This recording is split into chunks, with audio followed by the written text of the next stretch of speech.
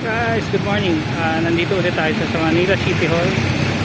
Ipipicture ko ngayon ang bagong underpass sa tapat ng Manila City Hall. Let's go, tignan natin kung ano yung bagong changes dito.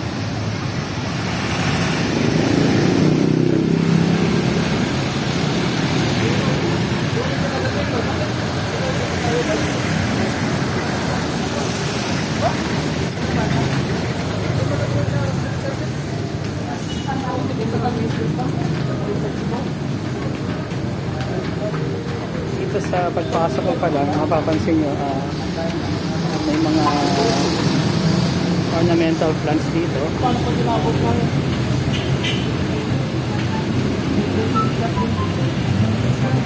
And then meron din siyang advertisement.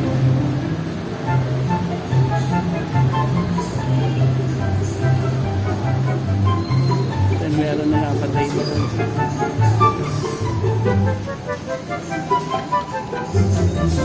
Yan na yung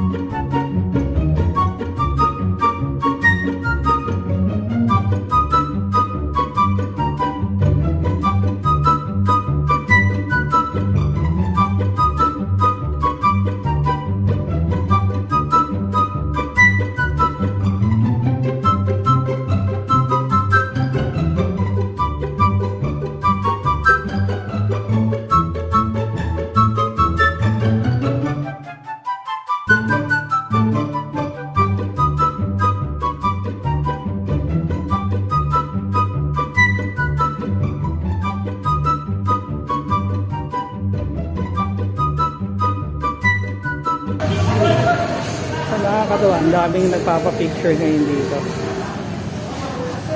Ito yung nagiging attraction.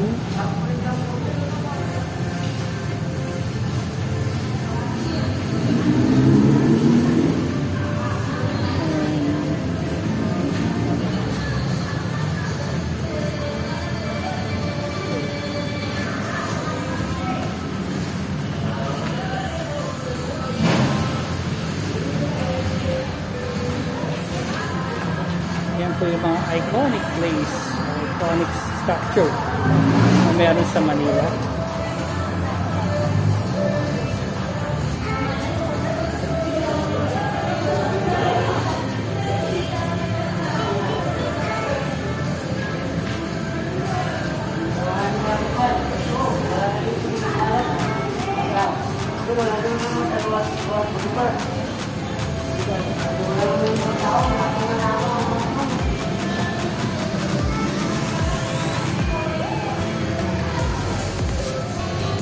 Ang laki po ng in-improve na itong underpass na po.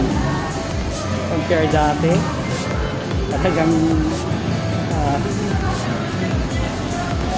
hindi po gusto yung dumaan dito. Bukod sa masikip, ang dami pang mga street dwellers, but now ang laki ng changes niya talaga.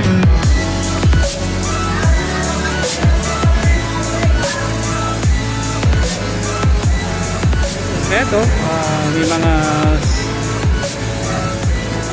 signage dito na direction kung papunta ka ng SM Manila. May araw naman, so susundan mo lang yan, hindi ka na rin maliligaw dito.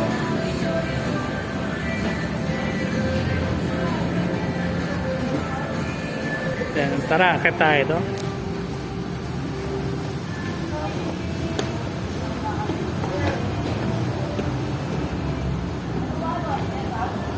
ito yung exit and entrance sa side ng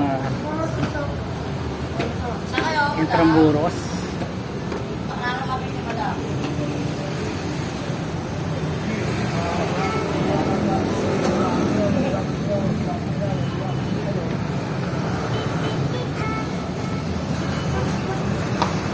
Ayan. Yan yung Manila City Hall. So, meron pa siyang gitnang stairs.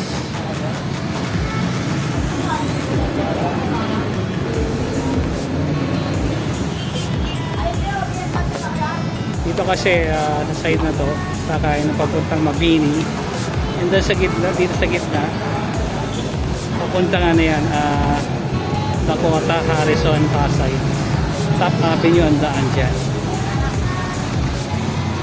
Okay guys, until next video, please like and subscribe Oggart TV. Thank you.